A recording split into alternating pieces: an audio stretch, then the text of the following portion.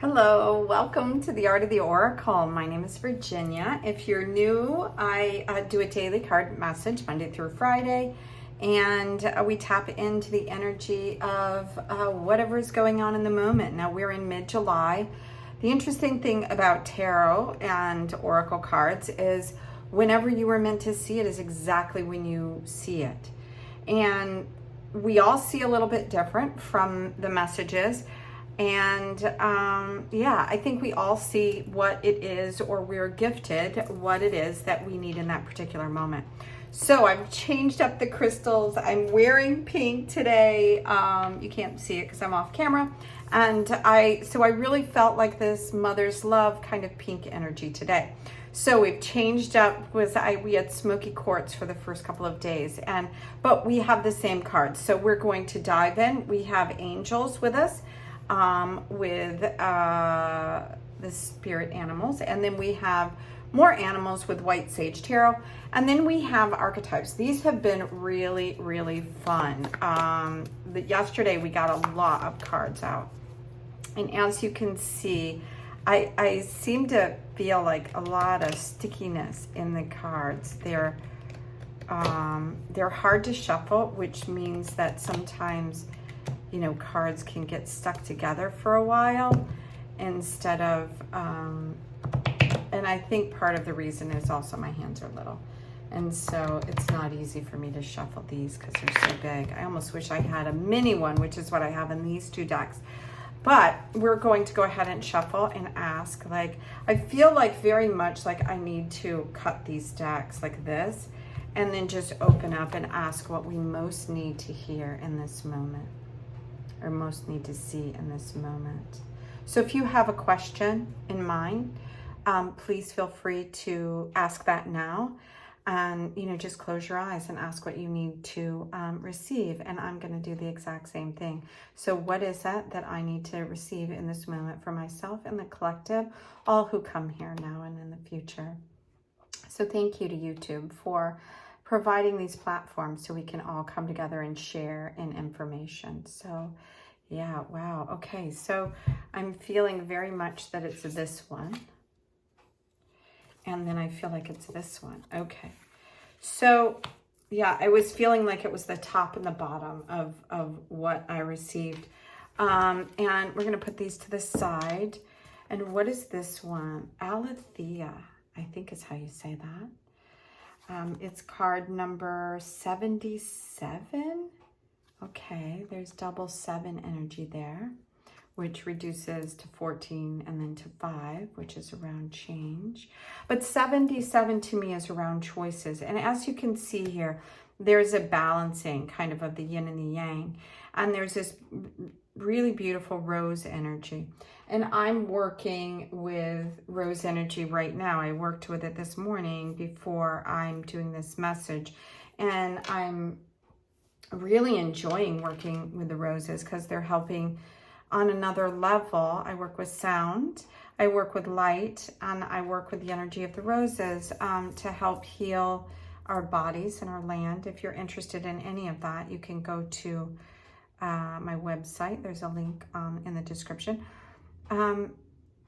So I'm kind of feeling, so there's been a lot of information this week about us recognizing that we're part of all that is, the universal light, the universal oneness, the universal love.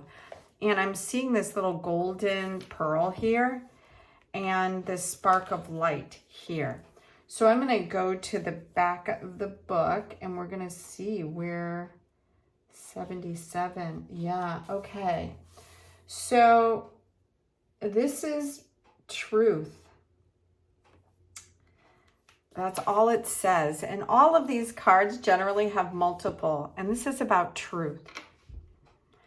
I'm going to read what it says here. Our soul recognizes the truth. When someone speaks it, a cool wave of relief washes over the room. And all the facts and figures in the world fall by the wayside. Such is the power of Alethea. It has an undeniable resonance that goes beyond the rational.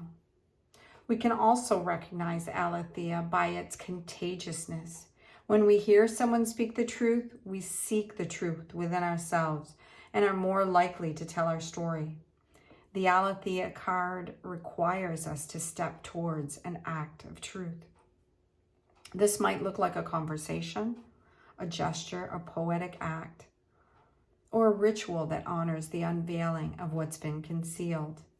Reclaiming your own truth is a way to reclaim your vital energy, your health, and a sense of belonging in the world. Truth has its own wings. So there's a lot of other information here. It could also, so truth is about seeing things clear. So it's about clarity. It's about awareness and revelation.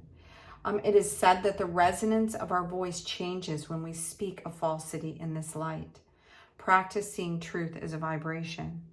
And it's very interesting that I'm reading that, because my truth is my truth. Interesting that I was that faux pas there, because I was going to say my voice, but my voice is my truth. I am an air sign, and yeah, my truth comes through my words. It's what I share to the world, and it's changing. And I've been wondering, like, what is going on with my voice, because it's like crackling and becoming different. So I'm going to read what else it says here. It says, Picasso said, "We all know that art is not truth. Art is a lie that makes us realize truth, at least the truth that is given us to understand." So that's very interesting, because I have a different perspective, because I've worked as an artist for a number of years, and I believe that art is truth to the creator. It is not necessarily the person who is, seeing it. They're not going to see the same truth with which it was created, but the person will see their own truth in that moment. Wow. Okay, this is really deep. Okay, so let's go to the mystic. So this is in the back of initiations. This is under initiation. It's asking us, as we move forward and recognize that we are part of all that is to be in our truth. And in our truth, we're going to resonate a frequency. And that frequency is what's going to take us into what we're all seeing, like different times. I mean, I keep hearing people talk about different timelines and the new world and things. But I think the new world is all about a resonance frequency of no longer being in relationship with things that are out of balance. And so it's going to, feel a little bit different to each one of us. The mystic card is all about seeking. It's about removing darkness again and coming into this oneness, seeing there's two eyes here. The eye within, the eye without. There's also, again, this golden pearl that started out in this beginning. And as you can see, there's like this darkness is separated by the light and the expansion of growth through the butterfly. It's of opening up, right, into something new. And I love that this energy here is kind of orangey energy. That's your second chakra. That's the fire. And I think that's what we had I'm trying to remember if it was yesterday, the card that came out that had that fire in it. I'm going to read what it says here. It says, "It may seem that the mystic is inward facing, yet its light beams back to the world with the strength of 1,000 stars." Wow, that's pretty powerful. The mystic is often misunderstood in our culture, depicted as a wandering or lighthearted daydreamer. Yet, like Shiva, the true mystic plays a critical role in society, remaining fearlessly dedicated to the path of transformation. In order to save the earth from darkness, Shiva swallows the poison of the world and holds it in his throat. Isn't that interesting? And here I am talking about my throat and like finding like what is going on in my throat. And I don't know this story of Shiva. So yeah, some of you that may be watching that are familiar with it could share a little bit more. So he swallows the poison of the world and holds it in his throat, slowly transmuting the liquid into nectar, into this gold. This is the work of the mystic. They do not fear darkness, but rather sit in the presence of it, harness the potential and latent energy behind it, and embed it with light. They are patient and prudent change makers, seeking growth above all else. Unanswerable questions are the mystic's lifeblood. The mystic reveals in mystery, in the great riddle of life, dancing with the forces of light and dark upon its wings. So what I didn't share with you is before I came on, and you take it or leave it, but before I came on, I asked, like, is there a message? And I just was like getting this information about light. Like be the light. You are the light.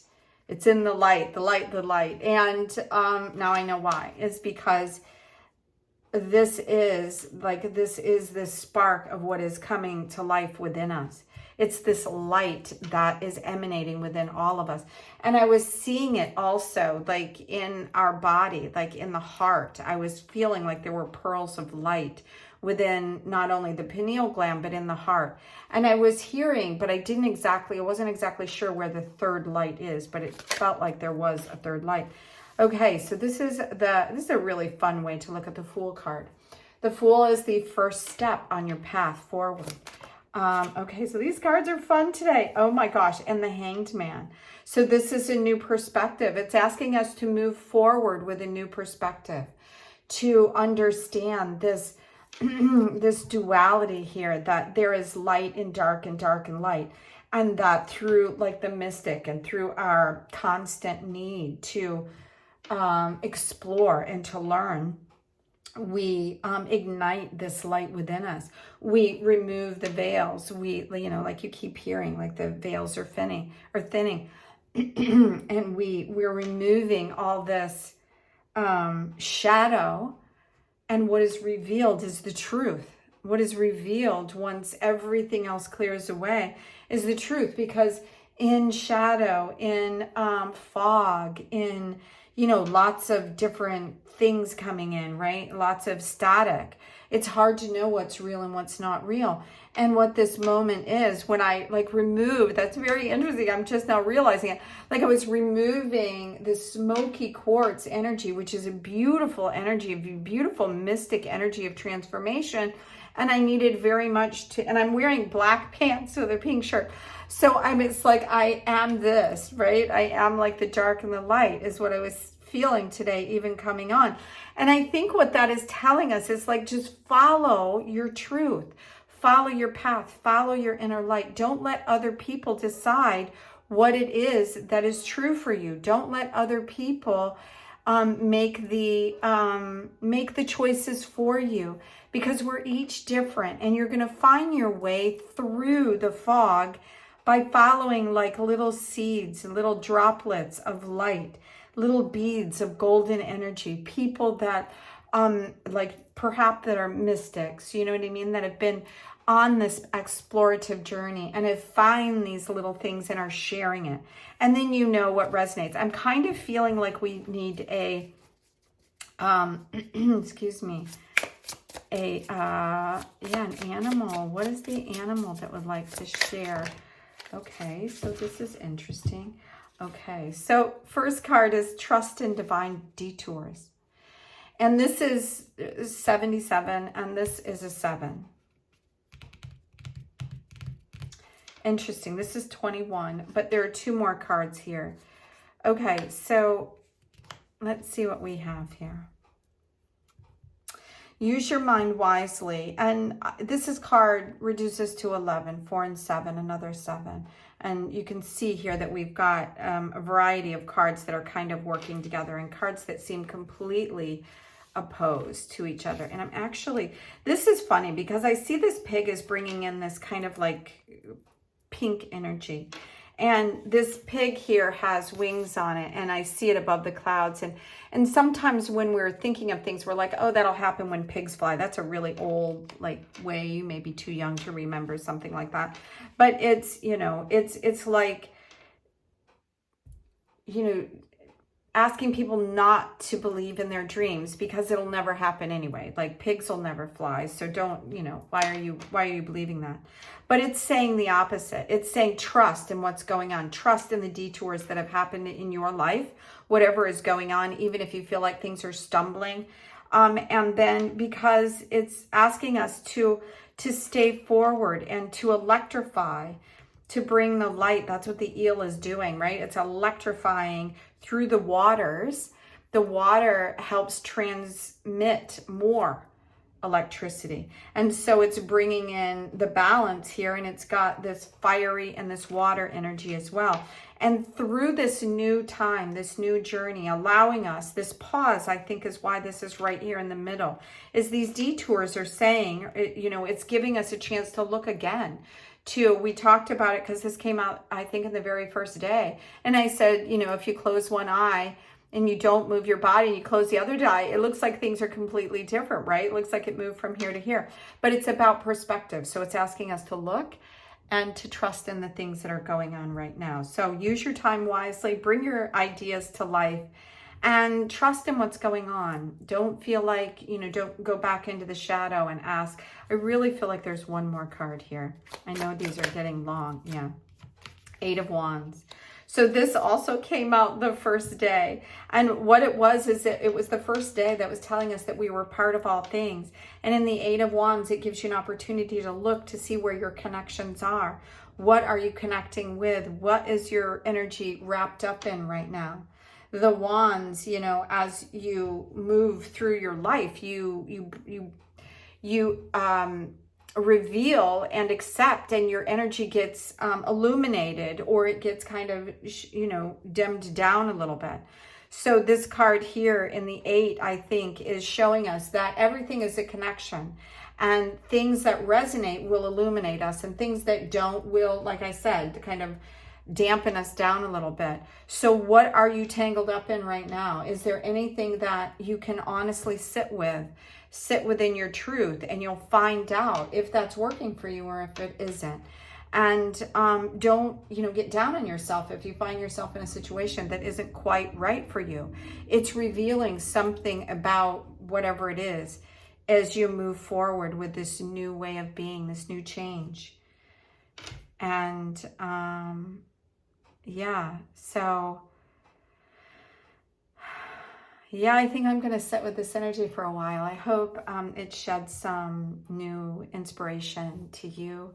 And I look forward to reading the cards again tomorrow. Until then, have an amazing day. Bye now.